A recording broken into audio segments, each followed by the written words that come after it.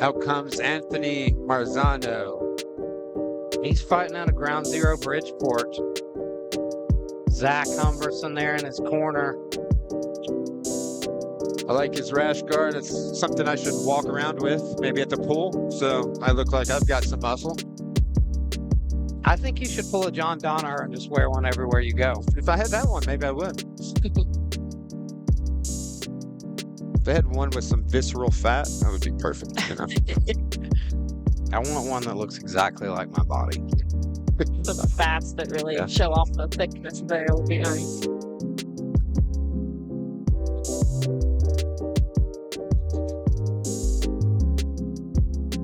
So it's funny, you know, Zach is probably of our guys one of the most nervous guys, I think, sometimes, but he always performs very, very well, and he's had some very tough matches. So Zach is one of my favorite of your students. I've been really enjoying watching him compete because he's the type of guy you don't expect to be in this sport. Absolutely. He's so humble. He's so quiet.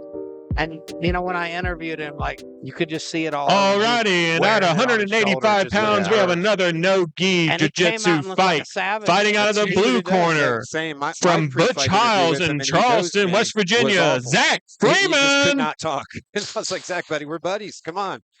So again, that's why I give him all the credit in the world, too. Do you see his confidence growing? And then out of the red corner from Ground Zero in Bridgeport, West Virginia, Anthony Marzano.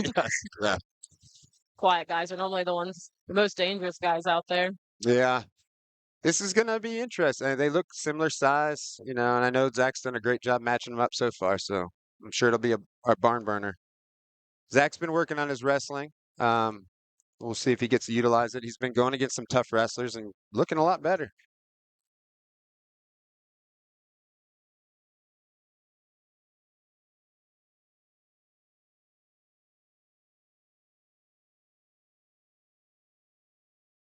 Zach's most impressive trait are his leg locks. He has some absolutely beautiful entries. We saw him in his last competition here at New Line win by calf cutter, and it was slick. Yeah, and I don't, you know, there for a while, we're kind of trying to keep a secret, but I don't think it's a secret anymore. I mean, he's won a lot of matches with a toe hold. And obviously his best friend just won with a toe hold too, but look for that. And what happens is a lot of guys will go for the legs and they kind of leave their feet hanging and he attacks them.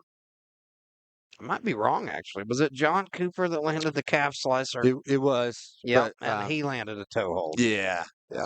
Wow. There's Beautiful that wrestling. takedown. Like I said, he's wrestling. You know, these guys are, especially, you know, props to Hunter Jones with helping them with their wrestling. They're looking a lot better. I mean, they look like they wrestled, and they didn't. Good top pressure. Like to see him start slicing through that half. That half guard's wide open. It is. But right now, they're hand fighting. Nobody's got the underhook, right? As you said, nobody's really fighting it. Talk about the importance of that far side underhook in jiu-jitsu. Typically, just as a general thing, we talk about whoever gets the underhook is usually going to win that position, right? So if you're on bottom, you know, they've got to worry about you taking the back. You've got all the sweeps, and if you're on top, you can use it to pass. So typically, and again, there's not always the case, but that's the best way to say it. Whoever gets the underhook is going to win. But you look, like he's doing a good job, meaning Anthony, but putting that bottom hook in. So even if Zach comes across, which he's doing a good job on his instep, right? He's trying to push the leg down, but that butterfly hook on the right side, if Anthony puts it back in, really slows that knee cut through as well. I think this is a position right now where both guys are just trying to figure each other out, right? It's weird because, like you said, Zach's got an underhook on like the wrong side. So I don't know if it's on purpose what he's working, and he's content to not have the underhook on the side he needs it on. You know, things I should probably know as his coach what he's doing, but we'll figure it out. Well, you know, he's not been at it long either. That's the thing about Zach. He's come a long way really fast, and it's those little things that you miss, those little details. Yeah, and he looks pretty. You know, they're doing a little head fighting right now. Good butterfly by Anthony, you know, looking to switch the position. Zach's staying pretty heavy on his hips. Marzano's done a great job staying calm, even though he got taken down. He's worked his way back to a good spot. He went and for now it. they're in a leg lock battle. Both of them have toe holds. Oh my God! Yeah, and I'd say Anthony's is a little bit better. Ooh, and Zach's readjusting, but he's hurting. You can see it on his face. Yeah, it's whoever can bend the leg the most. Right now, it's going to be a fight. They just bailed on tied each other. Nice. Interesting. It was good. It was a good, like Zach set that up, went for it, but Anthony had a little dose of his own medicine, so it was nice. Good jiu-jitsu. Let's see if Zach can go back to the well with that wrestling. Yeah, he's got a good, nice overhook on the right side now. His underhook's not that deep on the left. But Marzano's wise to that trip now as well. Yeah, but it looks like Zach's just waiting for an opportunity to throw the hips in there. There he goes. Yeah, see how he's circling? He's looking for those hips again, but great job on Anthony getting in deep. So it's really who can switch their hips the fastest here, all right? Both of them looking for pretty much the same thing. Again, great job matchmaking. I mean, these guys are really nullifying each other in a good way. Very technical on the feet and the clinch. I'll tell you what, the look on Zach's face, though, that's a different man than I interviewed. Yes, yeah. I think once he gets out there and the competitive juices start flowing, it's a little bit different. There goes again, man. He's got that move down. That was straight beautiful. into mount. So let's see what he switches here. Might go straight into Ezekiel or Mother's Milk.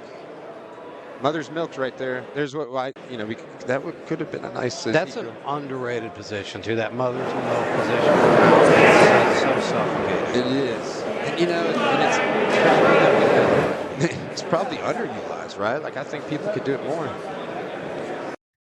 I think that's what I meant. Like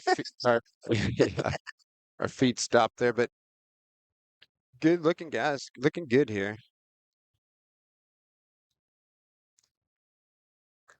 I like Zach's mount here. I like how he's heavy with his hips, kicking his feet to the ceiling. This is a difficult mount to escape. Yeah. And he's making it nasty, too. Yeah. Just grinding on the face. It's just trying to wear him out. He's not being nice, which I see guys are too nice sometimes because you're used to being in the gym. Yeah, and I think, by doing that, this is kind of stopping the elbow knee escape, right? Which is a smart move because Anthony needs to bring his hands up to guard his face. Just keep some of the pressure off. I'd like to see him do the Wagner Rocha, just cover the mouth and nose. Absolutely, yeah. He's in such a bad spot here. It's going to make him move.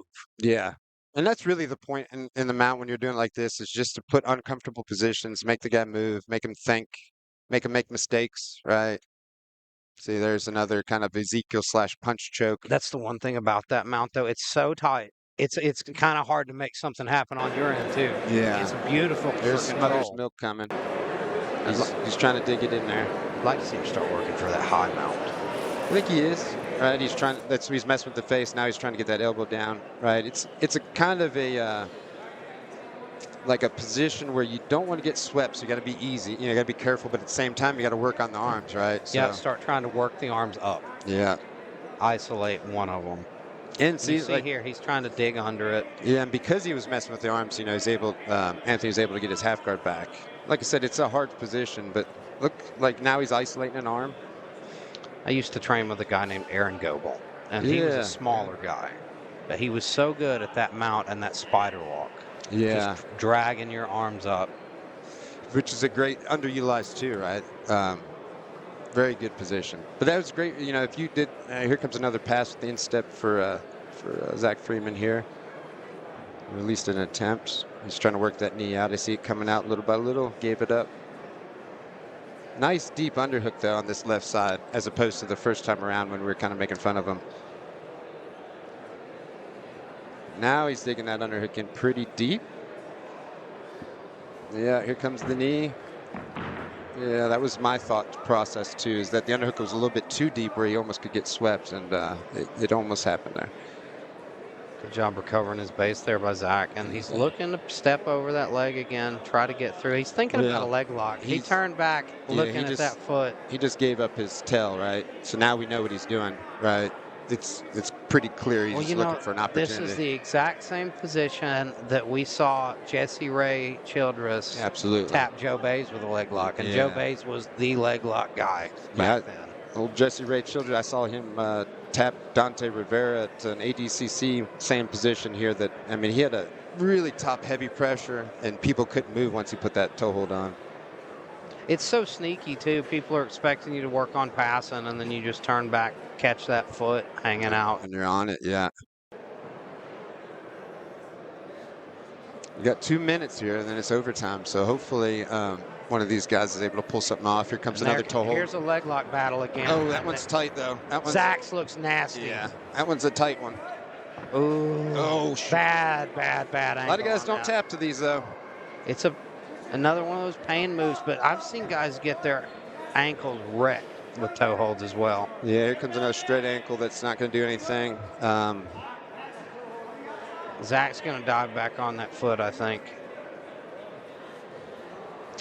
Well, Zach's going to be in trouble if he doesn't get his leg. Yeah, he just cleared his leg out.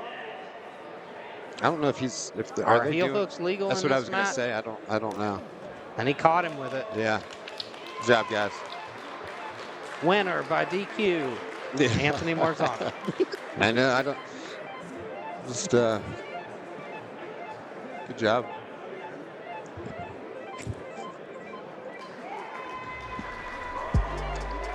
Oh, so this was a purple belt match. Heel hooks were illegal in this one. I do remember that. But I would lie either way. Just checking. No, they really were illegal. Which I don't know. You know, now that we said, I don't know if Anthony knew because he had some opportunities to do a heel hook and he went for those straight ankle locks instead. So, all right. So.